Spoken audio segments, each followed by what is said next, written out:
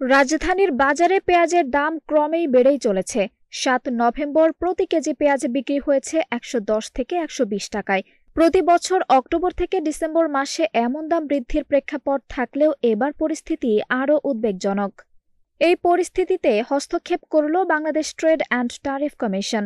Commission বাণিজ্য সচিব ও কৃষি সচিবকে চিঠি দিয়ে সীমিত পরিমাণে পেঁয়াজ আমদানির দ্রুত অনুমতির সুপারিশ করেছে। ট্যারিফ কমিশনের চেয়ারম্যান মইনুল খান জানিয়েছেন, কিছু মধ্যস্বত্বভোগী কৃত্রিম সংকট সৃষ্টি করে বাজার অস্থিতিশীল করার একটা চেষ্টা করছে।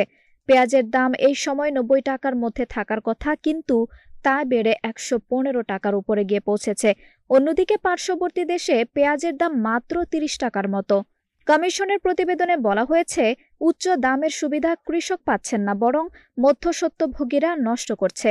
তাই সীমিত আমদানির সুযোগ দিলে বাজারে এদের প্রভাব কমবে এবং ভোক্তারা যৌক্তিক মূল্যে পেঁয়াজ কিনতে পারবেন। বাংলাদেশে পেঁয়াজ আমদানি প্রধানত হয় ভারত থেকে, যেখানে মোট আমদানি ৯৯%। এছাড়া তুরস্ক, পাকিস্তান, মিয়ানমার, চীন ও মিশর থেকেও পেঁয়াজ আসে। গত অর্থ বছরে দেশে ৪,৮৩,০০০ টন পেঁয়াজ আমদানি হয়েছে। উল্টো দিকে দেশে উৎপাদিত ৪৪,৪৮,০০০ টনের মধ্যে সংরক্ষণ সমস্যার কারণে মাত্র ৩৩ লাখ টনই বাজারে এসেছে। বর্তমানে পেঁয়াজের উপর ১০% শুল্ক কর প্রযোজ্য।